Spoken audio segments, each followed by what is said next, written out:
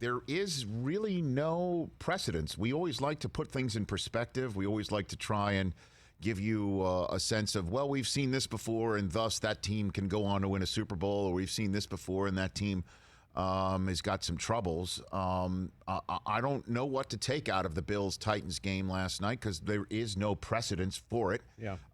For instance, there's never been any NFL football played in a pandemic before, let alone to have facilities closed down due to a pandemic before, let alone to have teams go out and be blamed for the spread of the virus in a pandemic before, as Tennessee has. There has still been no,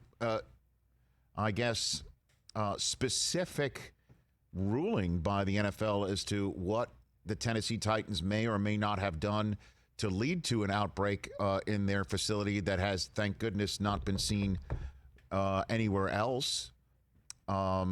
And so we've been all left to wonder what's going on that front. And so we've never seen a team use that conversation that's been had about them, about whether they were irresponsible in a pandemic during a football season, used as fodder to get them to play football better.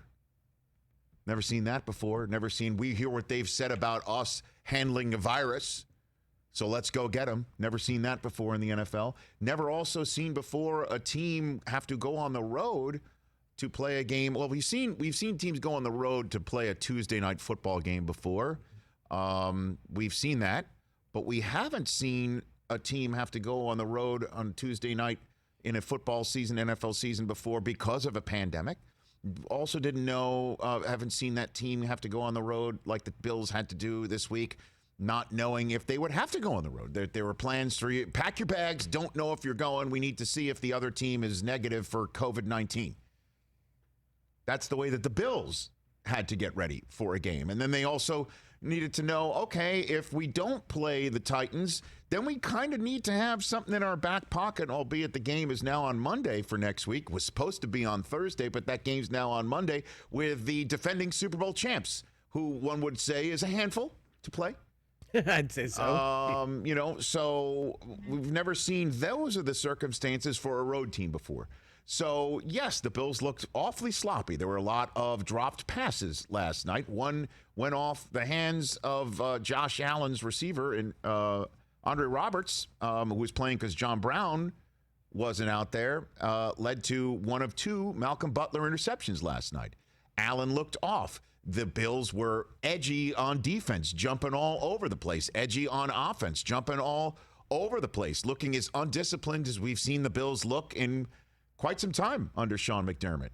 They were banged up. Everybody is banged up, but they were on the road in a pandemic in a game that we have no idea. So I don't know. I can't sit here and say, yes, the Bills are now taking a step back in the AFC. I can't say that. Interestingly enough, now there is going to be time for them to prepare for Kansas City and play that game on a Monday with almost a full complement of rest. It will be as if they played on a Monday night and had to play on a Sunday. They're playing Tuesday and going on a Monday, and so we'll see how that goes. And that might be more of an indication as to who the Bills are and what the Bills can do moving forward. Did not look pretty for them last night. And then there's the Tennessee Titans. You want to talk about a team that didn't know if they're going to play, don't know what's going on, haven't had much of the usual in 2020, haven't had any of the preparation that they're used to. They've heard a lot of crap about the way that they handled their business once players on their team began to test COVID positive. And they came out, and you could say they could have been just as unprepared as the Bills. They didn't have to get on a plane. They could have stayed at home. They stay at home, so that's good for them. But they came out, and they looked as good as they've ever looked. They've looked just like the Titans team that damn near made the Super Bowl last year. They came out, and they were efficient. They were smart. They were tough. Oh, my goodness. The play that we will be talking about for a long time to come. Now, we like taking credit for people who come on this show and then have a Rich Eisen Show bump, as we call it. Yes, indeed.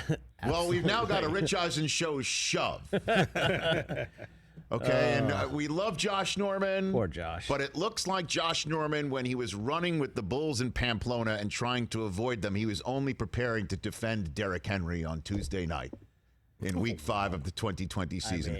Oh, my God. I did, in fact, scream, oh, like that. Literally, that noise came out of my mouth as I was sitting at home watching this play. Derrick Henry come around the edge. Josh Norman try and take him on one-on-one. And then, oh, like literally that was the noise that was emitted by my body and voice and mouth and throat and essence that was stolen from our friend Josh Norman last night by Derrick Henry, wearing the number next to each other of the number of practice days this team has had in the last 17 days. 2.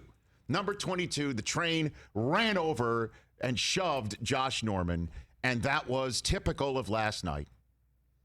And that is such an important moment that I think, overreaction, this, overreaction, that. We always in the NFL, certainly because we have a week to think about things in between games, weeks down the line, if the Titans do in fact go on a very long run this coming fall and winter, I think we will remember that moment as not only just a moment where the Titans let everyone know that they are who we think they are, but this is what we think of you if you think we were somebody that we shouldn't have been during this pandemic. Here's that shove. We are going to shove everyone over, and that's that. And Tannehill, man, is really, really good at his job in this offense with these weapons. A.J. Brown was a problem last night for Josh, too.